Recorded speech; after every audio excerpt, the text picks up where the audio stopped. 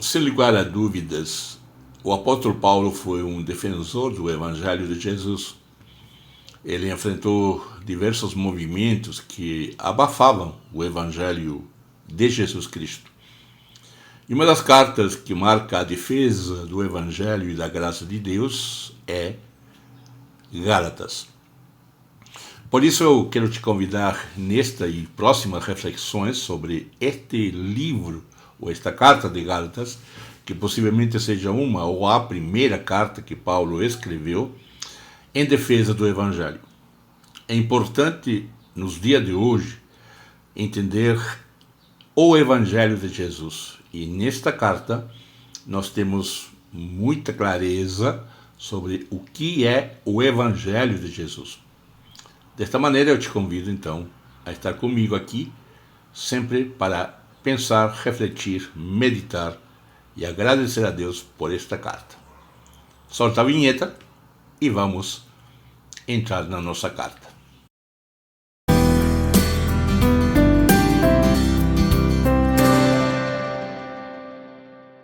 Muito bem, então Gálatas é uma carta que defende a pureza, a graça de Deus demonstrada através do Evangelho de Jesus, através da sua pregação que vai chegar até a morte de Jesus. E Paulo escreve aos Gálatas, possivelmente pouco antes do ano 50, talvez antes que aconteça aquele concílio de Jerusalém, que está ali relatado no capítulo 15. E o texto que eu quero pensar nesta primeira reflexão é o capítulo 1, de 1 até versículo 5. É a chamada saudação, introdução, que era comum nestas cartas, como Paulo escreve geralmente. Mas esta tem algumas particularidades. Paulo escreve dizendo: Eu, Paulo, escrevo esta carta, eu que fui chamado para ser apóstolo, não por pessoas ou por meio de uma pessoa, mas por Jesus Cristo e por Deus, o Pai que ressuscitou Jesus da morte. Todos os irmãos que estão aqui comigo mandam saudações às igrejas da Galácia. Que a graça e a paz de Deus, o nosso Pai, e do Senhor Jesus Cristo estejam com vocês. Em obediência à vontade de nosso Deus e Pai, Cristo se entregou para ser morto a fim de tirar os nossos pecados e assim nos livrar deste mundo mau. A Deus seja a glória para todos sempre. Amém. Algumas marcas desta introdução muito interessante. A primeira é que Paulo defende a sua autoridade apostólica, o seu chamado, fruto de uma experiência pessoal. Uma experiência pessoal que ninguém pode contestar. Esse é um fato muito interessante quando nós afirmamos muitas vezes de que Deus está por trás dos nossos atos.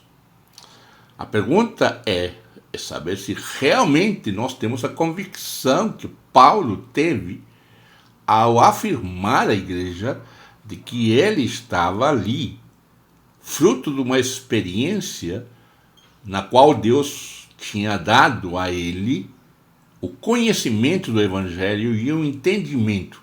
Essa é a primeira lição que nós podemos extrair desta saudação.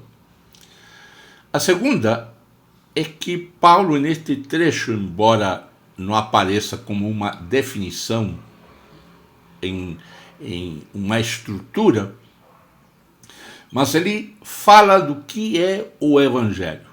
Mais tarde, em 1 Coríntios 15, nos 4, 5 primeiros versículos, ele vai definir o que é o Evangelho. E aqui Paulo novamente fala sobre o Evangelho de Jesus, a mensagem que Jesus nos dá para pregar. E ela, ou ele, nos dá a mensagem, nos chama através de uma experiência que Paulo, e ele diz então que ele vai falar sobre a morte e ressurreição de Jesus. E, consequentemente, como essa morte e ressurreição de Jesus nos libertou, ou nos tirou, ou nos perdoou, todos, ou foram perdoados, todos os nossos pecados. Então, em obediência à vontade de Deus, nosso Deus, ele diz que Cristo se entregou para ser morto a fim de tirar os nossos pecados e assim nos livrar deste mundo mau. Então é muito interessante isso, porque aqui mais uma vez, e consequentemente vai mostrar isso na carta, mas aqui especificamente, nesta introdução, ele é muito claro. O Evangelho é a morte e ressurreição de Jesus para perdão dos nossos pecados. Qualquer outro adereço não é Evangelho.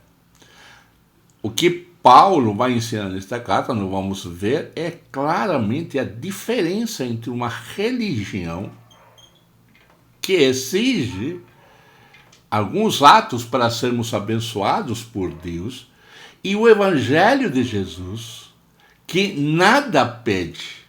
Pelo contrário, ele oferece os caminhos, as ferramentas para sermos purificados, perdoados e purificados e edificados como o povo de Deus, ou o novo Israel, ou Israel de Deus. Então aqui já na introdução, Paulo enaltece o valor da morte e ressurreição de Jesus, que em Corinto ele vai afirmar segundo as Escrituras, para que assim, então, a igreja na Galácia não exigisse que as pessoas fizessem alguns determinados atos de abandono de pecados ou de abandono de práticas religiosas, tá? Sem passar pela cruz. Então, o que nós temos nesta carta e nesta introdução é um não à religião que nos obriga a fazer determinados atos, ritos, práticas, para nós sermos abençoados pelo perdão de Deus. O perdão de Deus nós não compramos, nós recebemos porque ele foi pago. Desta maneira, então, nós devemos pensar como comunicar esta mensagem do Evangelho. E diga-se de passagem, quando eu falo Evangelho, eu falo exatamente da morte e ressurreição de Jesus para perdão dos nossos pecados, segundo as Escrituras. Essas três frases, para mim, são fundamentais, exclusivas e únicas. Não há nada que eu possa fazer para eu alcançar um perdão se não passar pela cruz. A loucura do Evangelho está nesse fato. A religião obriga, pede, chama, convoca a ações para nós conseguirmos o perdão de Deus. O Evangelho afirma: tudo já foi feito, que no vosso coração haja gratidão.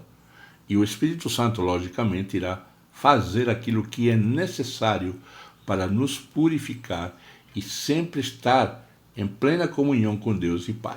Pois a partir desse momento nós estamos, então, em um novo relacionamento. Então, esta introdução já nos chama muito a atenção para aquilo que Paulo vai estar desenvolvendo, porque lembramos de que a igreja recém estava no seu início. Lembrem que Jesus foi para assunto ao céu, foi no ano 33. E se nós temos uma data de 48 a 50, nós temos apenas 17 anos.